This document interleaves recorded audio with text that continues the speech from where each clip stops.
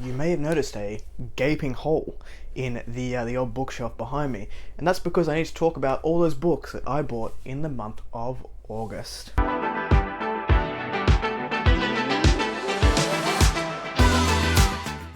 Hello everyone, welcome back to A Fictional Escapist.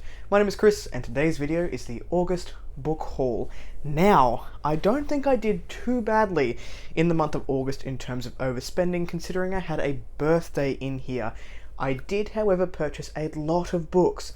When I went on our Perth trip, there was a total of either 12 or 13 books just in one trip, and the rest were sort of gifts and came in through the month. Now, I do want to mention this is going to be the second last monthly book haul here on the channel. These will be slowing down because, unfortunately, I have adult responsibilities and need to pay for things like the dentist. So, you know, it happens. I'm also moving out of this place in about 4 months' time and moving across the country in just under a year. So the financial priorities need to be changed a little bit, but that's not to say they're gone from the channel forever. There's just going to be a little bit more restriction around frivolous book buying. That's not the case this month though, so let's jump into the ebooks that I purchased straight up. The first one I picked up was Moon Deeds. This is by Palmer Pickering. The author approached me earlier in August and asked if I would mind putting their book on my September TBR for Sci-Fi September. This is a sci fantasy, I believe, and it is the Star Children book number 1. The blurb says the Star Children saga follows Cassidy and Tor as they slowly awaken to their destiny as the twin star children, born every millennium to reconnect with the source of all life. They come to discover the sheer enormity of their task: to find our ancestors on a lost planet across the galaxy and save humanity from a spiraling descent into darkness. The powers they must wield to accomplish this task are truly frightening and put at risk everything they love. I do love a good sibling tale, so I'm hoping to really enjoy this one, and I'll be getting to that one later in September. The next one I picked up was The First Fear by Matthew Olney. This is the Empowered Ones book number 1. It says, the Supreme rules the world. For years, the people of her Imperium have lived in fear. Dreams of freedom are long dead for most. Those that could challenge her are in hiding, yet hope remains. Following an incident, Elian, a young man living at the edge of the Imperium, discovers he possesses powers with devastating consequences for both himself and the people he loves. Forced to flee from the Supreme's most deadly agent, Elian encounters a ragtag band of resistance fighters and a group of powerful rebels led by a charismatic leader who believes that the key to overthrowing the Supreme lies in the ancient ruins of the once mighty kingdom of something I can't pronounce. Can Elian survive long enough to develop his newfound abilities and help the rebels turn the tide against the Supreme, or will he die trying? A lot of Matthew Olney's books, now I own a lot of Matthew Olney's books on e-copies, but I haven't gotten to them yet. This one sounds like a lot of fun, so I'm looking forward to getting to that one. The next one I picked up was Bonds of Chaos, or Threadlight book number 3. I don't really want to know too much going in. I just finished Stones of Light and really enjoyed it, so I'm not reading any blurbs. I'm just going to go in and enjoy the finale of that trilogy. Next one I picked up was a historical fiction. There is a few historical fiction picks in this list, both physically and here in the ebook section, so fair warning to the fantasy lovers out there. Where the Sky Begins by Rhys Bowen is a standalone novel. It's historical fiction based in World War II, and it just says a woman's future is determined by fate and choice in a gripping World War II novel about danger, triumph, and second chances. Following on the historical fiction train, I did pick up The Wolf's Den by Elodie Harper. Now, this one has done a few rounds. I've heard some really good things about it. This is about a woman who is sold to a brothel in Pompeii, and basically her story around there. Now, this is a trilogy of the same name, so the Wolf's Den trilogy, and book 2 has come out. Both of them have absolutely gorgeous covers. I picked up the Kindle copy for about $2, and I have the physical copy on order to come whenever they're back in stock. The next one I picked up was Awakening by Ross Kingston. This was on a sale. This is the Elemental Chronicles, book number 1. Again, another author who I own many books of, but I've not gotten around to reading them yet. Awakening says, the land is blanketed in shadows, the vassals will rise. The elements have chosen their champions. One by one the vassals awaken to sway the fate of the world. As legend of a forgotten enemy begins to sweep the land and unrest rises in the kingdom, Princess Alicia, I think is the pronunciation, answers the call of a vassal, abandoning her kingdom to unveil the secrets hidden from her. I can speak and read. The princess and a thief stand together against the darkness as they begin their search to unite the vassals for the upcoming war. These are the chronicles of those chosen to wield the elements. This is their awakening. Sounds pretty cool to me. I like elements. I like elements working together. I like wars with the elements. Moving on. The second last ebook I picked up was the Trials of Ashmount. This is by John Palladino, The Tragedy of Sedaine, book 1. Hopefully that pronunciation is correct. Now, I've heard people try to read this book and it gets too dark for them, which means I'm probably going to love it because I'm messed up. So I've picked this one up in hopes of really enjoying it.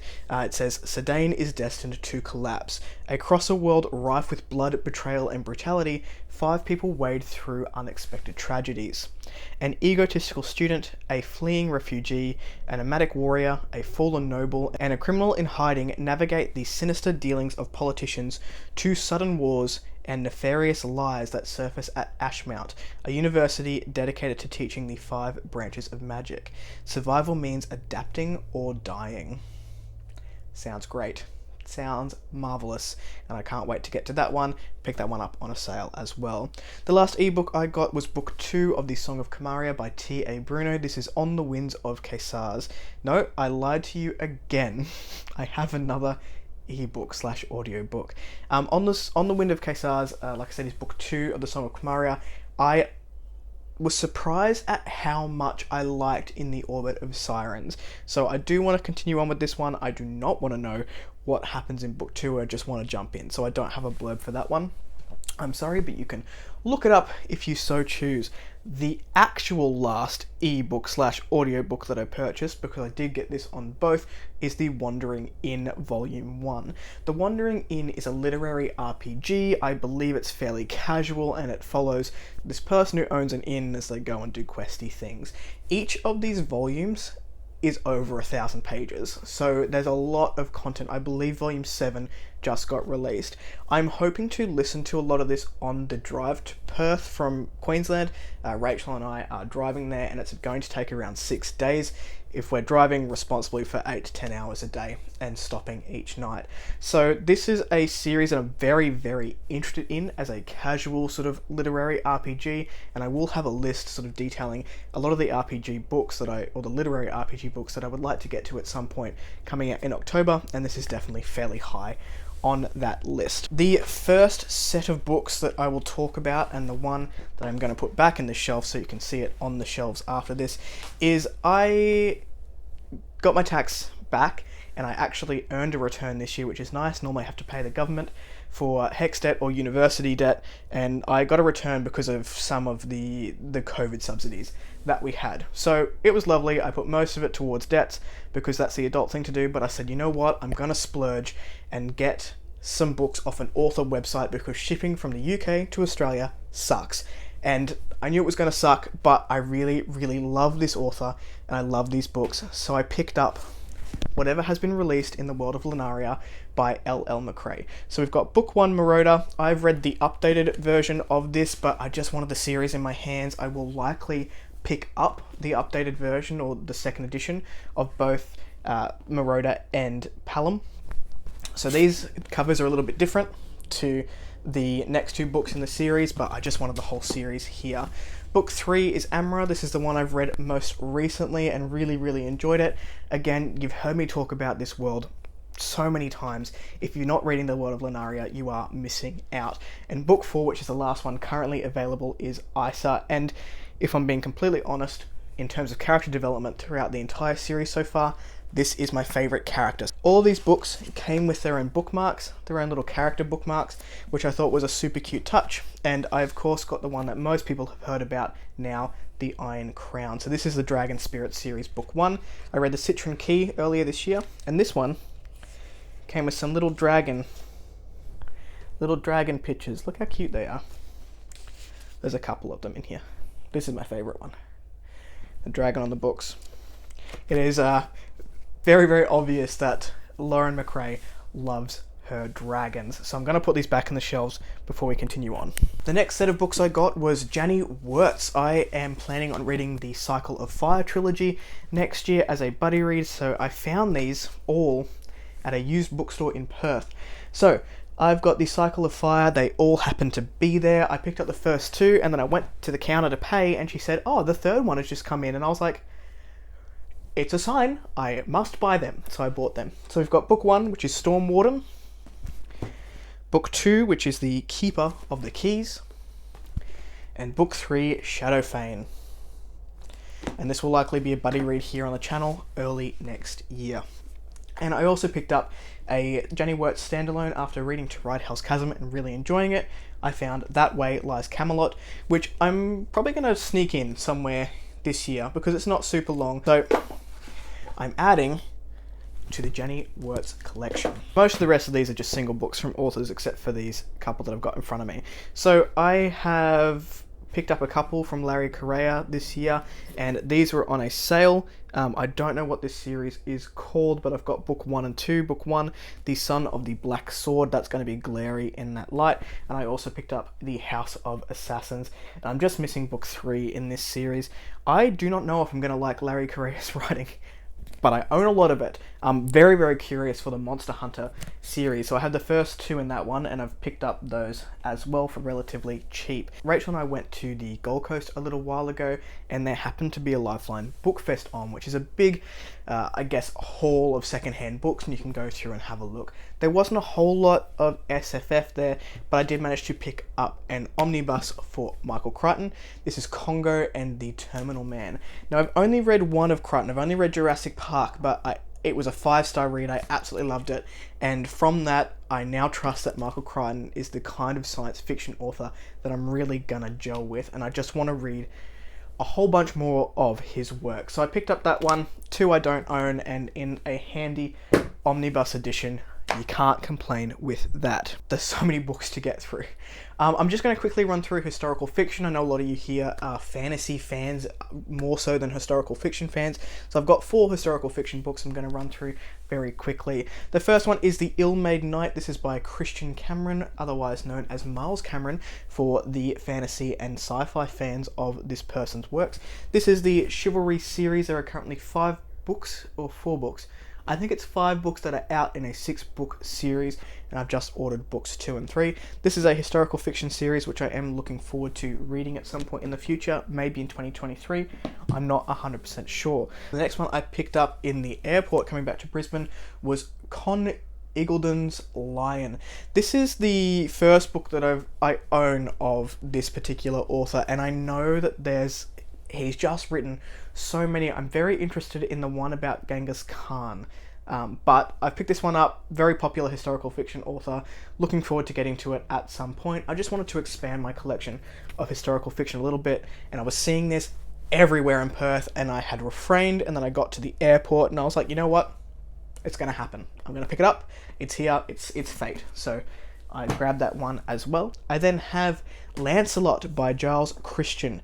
This is, of course, an Arthurian legend retelling, and there is Lancelot and also Camelot. I haven't got Camelot yet, but these covers, even on the paperbacks, are just gorgeous and vibrant, and the camera's not going to do it justice at all, but it really pops off the page. I've heard that this is a different take on Lancelot, and you don't like him very much in that one, so we'll see. I am looking forward to that one as well.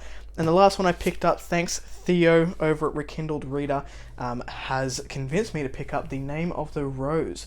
This is by Umberto Eco. This is sort of like a murder mystery / historical fiction. It's a standalone, and it really sounds like it's up my alley, so I'm going to give that one a go, hopefully sooner rather than later. Okay, we're back. We're back to SFF for all of my peeps who just want to know about the fantasy goodness. Now, these next two are pretty popular, so I'm just going to pop them up very quickly. I've got the first Binding by R.R. Verdi. I've heard some mixed things about this. A lot of people love it. A lot of people have said that it's basically Name of the Wind, but not as good. So, I'm very curious to get to it. That cover is one of the prettiest covers that I've seen this year, and the hardback is absolutely beautiful. I got the paperback because I prefer reading in paperback, but even so, colours are insane. Every great story starts with a lie. I was thinking of trying to fit this in this month, but it's just not going to happen. It is too chonky. So, I don't know when I'll get to that. Well, I'm going to wait to see. I'm going to wait to see what some of my friends think of it. The other one that I picked up was Engines of Empires. This is by R.S. Ford. I found this in Perth. This is interesting because I had pre-ordered this back in 2021. It was meant to come to me in November or December 2021. They've never had copies. They could just never find a copy to send to me. So when I found this in Perth, I was like, great. Picking it up. I want to read this. This has jumped to the top of my list in new release November that I'm doing as a traditionally published book that I want to get to. So I'm looking forward to this one. I know that Elle over at EB Novels, or Elliot Brooks here on YouTube, really enjoyed it and it talked it up, and now I'm excited. So I'm glad that I get to that one at some point. The next one I picked up is a Warhammer 40k book. This is the second omnibus in the Gaunt's Ghost series by Dan Abnett. I picked this up for an absolute steal. So I've got the first one, and I hauled the first one a little while ago. Each of these books contains 3 novels, I believe. This one may also have a short story in it, because there's a whole lot of books in this world. When I bought the first one, I got it for like $30. I thought that was great. The second one, I believe, is out of print. So this one, I believe, is out of print. And the cheapest I could find it was for $130, and I wasn't willing to put that money down on a series that I hadn't started yet, and I didn't know if I was going to love it. I saw this at White Dwarf Books in Perth for $30, and I was like, how? How do you have this for $30? And I picked it up and I said, you know what, $30 is fine. If I hate it, I can resell it for $100 if I so choose. But that was a steal, and the reason he had it so cheap is because he hadn't been bothered to go and update the prices on his Warhammer shelf. He had a giant shelf of Warhammer stuff, and a lot of it is out of print, and he just said that he hadn't gotten around to upping the prices yet, so I picked it up for an absolute steal. I've also picked up a book that I saw a lot around Perth. I'm going to mention Perth a lot in this video. I already have, I'm sorry. And I am interested in this author, but I'm very on the fence about his most famous series, which is Dwarfs. This is Marcus Heights. Now, you might have seen his name around for this series, but I've picked up another series by him, starting with Righteous Fury. I love the covers of books 2, 3, and 4 of this series. The cover for book 1 doesn't match, and that's really annoying, and I cannot find a matching cover anywhere. I don't think it exists. But I'm curious about this author's writing, so I picked up the first book of, I'm not sure what this series is called, The Legends of the Alpha. It's up the top, and I'm going to give it a go. This is I believe he's a German author, and all of these are translated works, so we'll give it a go, and if I like it, I'll continue on with the series. Another author that I'm very curious about is David Hare. Now, there's a couple of series of theirs that I would like to get to at some point, but I picked up the Moontide Quartet Book 1, Mage's Blood. I don't know why I'm curious about David Hare. It's gonna be covers, if I'm completely honest, because I don't think I've actually stopped and read any of the blurbs, but I did when I went through the store, and this one called out to me, so I've picked up that one as well. Next up, we have The Court of Broken Knives by Anna Smith Park.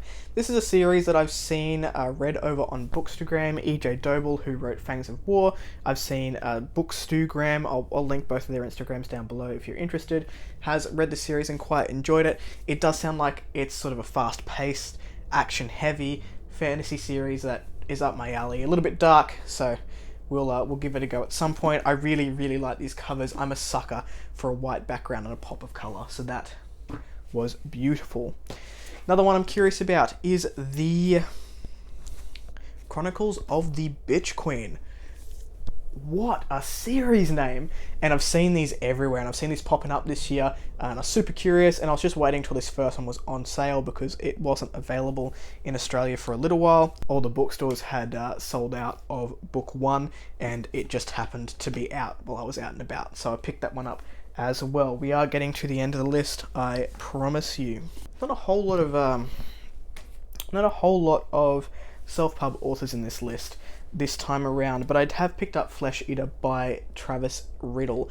Travis Riddle is a fairly well-known, I would argue, self-pub author at this point, and has works in both fantasy and sci-fi. Their books have been in both Spiffbo and also the SPSF-C. I think they've got a book in Spiffbo 8 called On Lavender Tides, if my memory is serving correctly, and I don't know if they've put one into the science fiction competition. But this cover caught my eye a little while ago, and by a little while I mean well over a year ago, and it's been in my wish list for ages, and I said, you know what, I'm going to bite the bullet and I'm going to get that one to see if I like Travis Riddle's writing. So I've picked that one up as well. It looks kind of creepy, so maybe we've got some horror elements in there. Who knows? I then picked up Wool by Hugh Howey. Hugh Howey is one of the people who run the SPSF-C in 2021. I believe they're still helping to run it in 2022. I'm not 100% sure. And this is an adult dystopian series. I've just picked up book one. It said the next Hunger Games.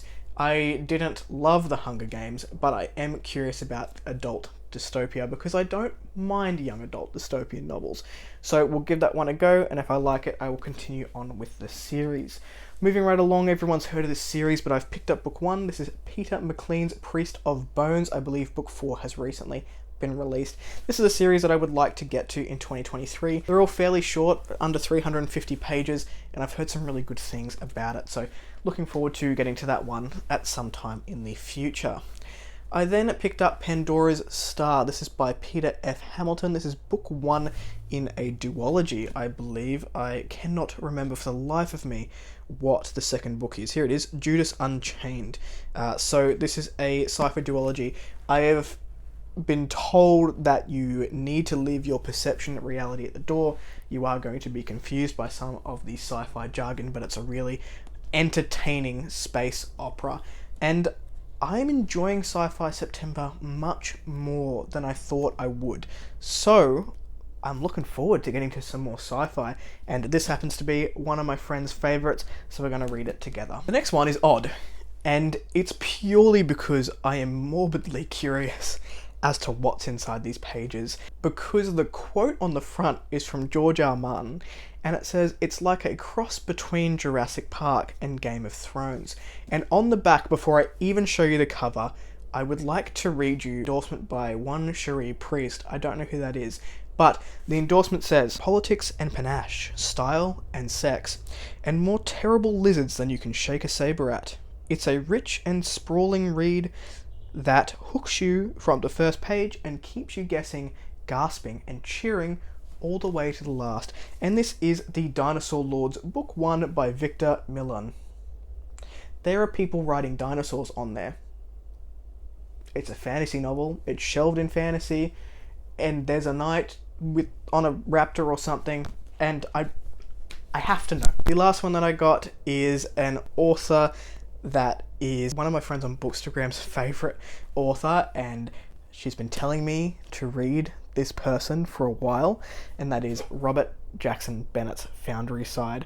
I honestly don't know which series I'm more intrigued by, whether it is this one or the one that starts with City of Stairs, but I finally picked this book up. I do not like this cover. And I've been waiting to get the hardbacks of the beautiful like black covers with the pop of colour in there because they are gorgeous, but they are so expensive and you still cannot get them here in Australia. So I've bitten the bullet and I bought the cheaper copy. If I love this series, if this is a favourite series of mine, then I probably will pursue getting those beautiful editions. But that's fine. This will be fine for now. Those are all the books that I bought in the month of August. Are you excited for me to get to any of these? Let me know your favourite out of all these books down below in the comment section. If you like the content, give it one of those. If you want to see more of it, click subscribe at your will, and I will catch you in the next video. Ciao.